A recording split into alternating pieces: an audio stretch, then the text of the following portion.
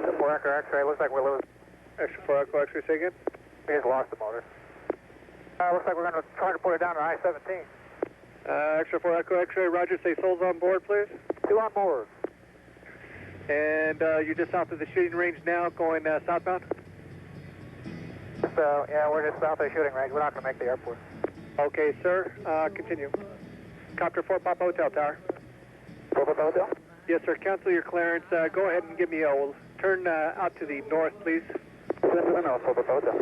Copter 4 Papa Hotel. I want you to remain on the east side of the interstate and continue northbound. I've got an extra 400. It's a high-wing aircraft, and he's lost his engine. He's just north of Canal Freeway, and it looks like he's going to try to make the freeway. If you can, I want you to remain to the east of the freeway. Advise me where he goes down. Copter 4 Papa Hotel.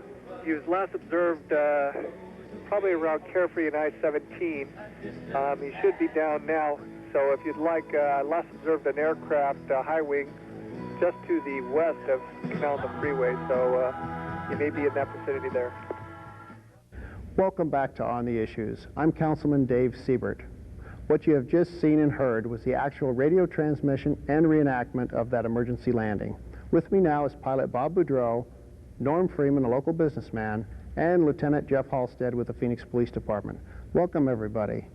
Bob, since you were the pilot, tell us a little bit about the flight. You start off normal, or? Well, it was a pretty typical Saturday. We were an excuse to go flying, really. Norm and I went up to Flagstaff. We were showing him the new plane that I sell, and everything was going quite smoothly. We went up to 15,000 feet and went around Humphreys Peak. It was spectacular, nice and smooth. But things went a little differently on the way home. We're coming back in, and we were just inbound to Deer Valley, and everything. Norm said something to the effect of, "What's this oil doing on the windshield?" And Not a good sign. no, that's not really normal. So I think I quipped something about bugs, because there were a lot of bugs that particular week. But as it turned out, we looked at the oil pressure gauge and it was pretty falling rapidly, so we realized that we had a problem. So within 10-15 seconds, the engine started shuddering pretty significantly. As it turned out, it was a breached oil filter. A small nut on the back side of the oil filter just ported out all the oil, and unbeknownst to us, it was coming out in the belly. And Norm was flying. We were on a demonstration flight. Norm is a local businessman and airplane owner, and I thought he'd be a good candidate for the airplane. And it got pretty interesting in a hurry. Basically, it was the engine vibrated pretty quickly, 10-15 seconds, and then we were gliding. So Not much time to make a decision. no, it went pretty quickly. Luckily, we knew the area pretty well. I did a lot of mountain biking out that area really well. I knew the access road was there. Initially we were planning on landing on the highway, but it was a Saturday at 1 o'clock, and the highway traffic was pretty heavy, so that wasn't an option. The desert out there is pretty smooth, but not smooth enough to destroy the airplane. The airplane had 30 hours on it at that time. It's a $1 million airplane, and I was in complete denial. This can't be happening. It's a $1 million airplane. So Norm, since you were on the demonstration flight, what was going through your mind in those few seconds before you actually landed? I guess in the last few seconds, I would agree with the denial part. And the other part was that 20 years ago, when I learned to fly out in North Phoenix, learned to fly basically at Sky Harbor and Deer Valley, we were trained 20, 30 years ago that you could land on a highway. You'd find a highway that there wouldn't be traffic on and do a traffic break or work your way in, and life would be good. And I was surprised that as we came down and descended, and we were descending more aggressively than I think we would have if we just had a normal engine failure, but there was a large amount of smoke. And the smoke was both coming in the cockpit and pouring out from under the cowling in front of us, which gave us a certain amount of uncertainty as to, gee, are we on fire or not? And Bob and I had a brief discussion about that. I want to say that there was a lot of decisions made in a short period of time, but it was very quiet in the cockpit. It was very calm. We were talking much like we are now, probably with more humor than we're exhibiting now, because kind of a defense mechanism. But I was surprised that as we descended with the smoke pouring out, I guess in my mind and in my training, I thought there'd be a traffic break and we'd be able to land on the freeway or in the median or somewhere like that. The last few seconds were, we talked about this a little earlier, but my focus started to shift on this bridge over the Central Arizona project that we were going to have to clear. And Bob and I had discussed just 10 minutes earlier about the wingspan. This is a new high-tech aircraft. It's made out of new materials. It's new technology. I wasn't familiar with it. I'm more familiar with the aluminum, more conventional style aircraft. And I knew that we had a 40-foot wingspan and we had a carbon fiber I-beam going through the wing, and this was a very rigid, very strong airplane. So as I saw the bridge coming, which we later measured and it was 20 feet wide, It wasn't that strong. it was going to be stronger than our heads when they violently went forward. So I looked at Bob and I said, gee, this just doesn't look good. And we both got busy. At that point, I heard the air traffic control tower dispatching the Phoenix police helicopter out to watch us. And to me, that was the most singularly calming event of the day, was knowing that the professionals in the air traffic control tower had already notified the city and that the city already had units responding, that somehow, no matter what happened, we wouldn't be alone and that support people would be there. I was just trying to get as close to the hospital as we could get. You were pretty close. So those last few seconds when you're actually bringing it down, you clear the CAP canal and you're going to land on the access road. Well, we initially called in at the tower. We said, oh, we just had lost our motor. We're going to try for the highway.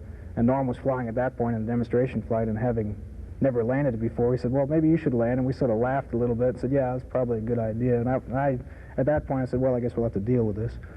So we just started gliding, probably 105 knots, I would imagine we were coming in. And about 120 miles an hour. We made the decision that we couldn't land on the highway, and we were shooting for the access road, and the alternative would be the desert. We would go for the desert.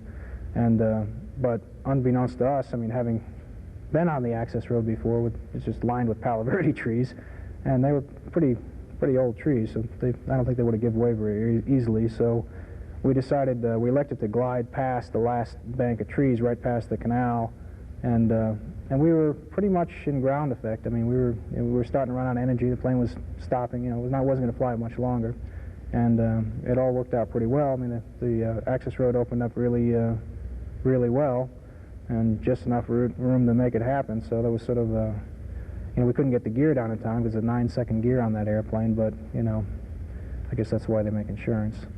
So I tell you, after seeing it and seeing how far it slid, and to actually look at the minimal amount of damage to that aircraft, I have to hand it to the builders. That comes out of Germany. Germany? Dinslaken, Germany, near Dusseldorf. It's all carbon fiber, and it was really amazing how little damage there was, considering we probably touched down at 90, 100 miles an hour, and carbon fiber. How far do you think you slid? It was over 1,500 feet. 1,500 feet slide, and keeping it between the trees. Yeah. And because that road's not that wide. No, it didn't seem very wide at all at that speed.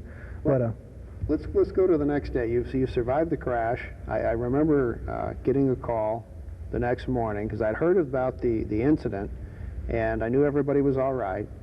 And then I get this call that says, we have a problem. We have this airplane stuck out in the neighborhood, and we need to get it back to the Deer Valley Airport. And Lieutenant, that's where you came in. Yeah. I remember calling Cactus Park, and I said, who's the lieutenant on duty today? I was lucky enough to have the stroll. That's right. You happen to be the guy. Yeah. And I tell you what was absolutely amazing is I remember calling Cactus Park. You called back to my mobile within 5 or 10 minutes. It was a very short period of time. And I remember Cutter Aviation thinking they'd have to take the wing off of this aircraft, right, which it doesn't unbolt like a regular airplane. It's a pressurized carbon fiber. And I remember when you called back, I explained that to you, and it was, what, 10 or 15 minutes later you had an answer? We were ready to go. Yeah. And why don't you talk about kind of how you went about doing that? Well, the whole plan the day before was try to detach the wings, have it transported. When you told me that couldn't be done, it really was a perfect time of day for us to actually take some quick action, formulate a small traffic team, and then I called Deer Valley Airport and had the helicopter pilot and the observer come up and actually give us an aerial view of how we're going about our route. once we got the route planned out, I had one of the sergeants, Don Casey, come up and help me actually staff all the locations we needed traffic absolutely stopped so they couldn't come through. It was a pretty smooth ride. It very slow. What no one probably realizes, if you didn't have your toolbox and actually take out those signs on that freeway overpass, we'd have been stuck for many hours. Don't tell ADOT. They come out real easy, but they go back just as easy. You put them back together perfectly. But it was, there were some, I guess, some sensitive times when we were worried about the trees and the actual width, but the helicopter pilot complimented you guys the next day. They're saying as they flew around, there's absolutely no other place to land that aircraft at that speed. So it was almost like that small access road was there waiting for you. So you guys did a heck of a job. Well, there is no doubt, Bob and Norm, you guys did a great job in piloting that thing down. But Lieutenant, I just want to thank you and the Phoenix Police Department, because, you know, when I called you, it couldn't have been 15 minutes later from the time we first talked. And I remember what you said. You've got an air unit coming. You gave me the plan that you had put together in 15 minutes. Right. I look up, I see the helicopter coming. You're not even there yet. I see these guys scurrying around this trailer where this plane was sitting on top of it, cutting wires and trying to figure out how they're going to take it apart when it really doesn't come apart that easy. And I said, you guys better get ready. They're moving out in a few minutes. And they hook up the truck and they're ready to go. Yeah. And let's face it, we were on the road in just a few minutes, and it probably took maybe an hour to an hour and a half to get it back to the airport. Yeah. And yeah, we did take a few City of Phoenix signs down, and I'm sure a couple ADOT signs down, and put them right back. But you know, the thing is with the air unit doing the cover, with all the patrol officers and the sergeant and everybody's help of blocking the traffic, it actually went very smooth and probably saved how much damage to that aircraft trying to reboot that wing? In hindsight, we didn't have the tools to do it, so we would have to get the tools from Germany and so on and so forth. It would have been a big deal. I would say at least a week. And so that whole time, traffic on I-17 would have been tied up horrendously. Right. The one thing that I wanted to say in response to how quickly Phoenix PD responded is that the instant I got out of the aircraft, I got out right before Bob and got the door open, I looked up. The Phoenix Air Support Unit was already circling us. They were there before we were even out of the aircraft, and that was extremely calming. Yeah, I tell you, it's certainly good pilot skills and a little bit of luck that certainly brought you back with no injury. Very minimal damage when you see the pictures of that airplane, to realize that thing was landed with the wheels up. And then also Phoenix Police Department playing a very major role. And I think that's what makes a difference between just a good police department and an absolutely great police department, is within 15 minutes from the time we hooked up, they had a game plan, they were ready to go, and they were going to make it happen. And so with that, Lieutenant, if you could pass on my thanks to the Cactus Park and to all the other officers that were there. And also Bob and Norm, congratulations on a job well done of bringing down $1 million aircraft and doing realistically very minimal damage to what could have been a very tragic event. Well, hopefully it'll be another 40 years combined before it happens again. We're just glad to be here. Well, we're glad you're here too. So thanks for coming down today and spending time with Phoenix. Thanks for watching.